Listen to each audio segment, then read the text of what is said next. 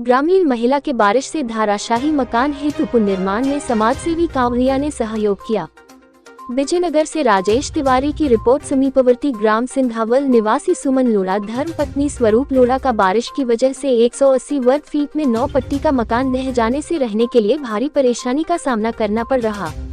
आर्थिक स्थिति कमजोर होने से महिला मकान का निर्माण नहीं करवाने की आप बीती समाजसेवी सुनील कांवरिया को बताने पर समाजसेवी सुनील कांवरिया ने 30 कट्टे सीमेंट उसी समय दे दिए।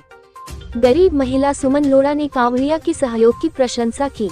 इस दौरान ग्रामीण भी उपस्थित थे।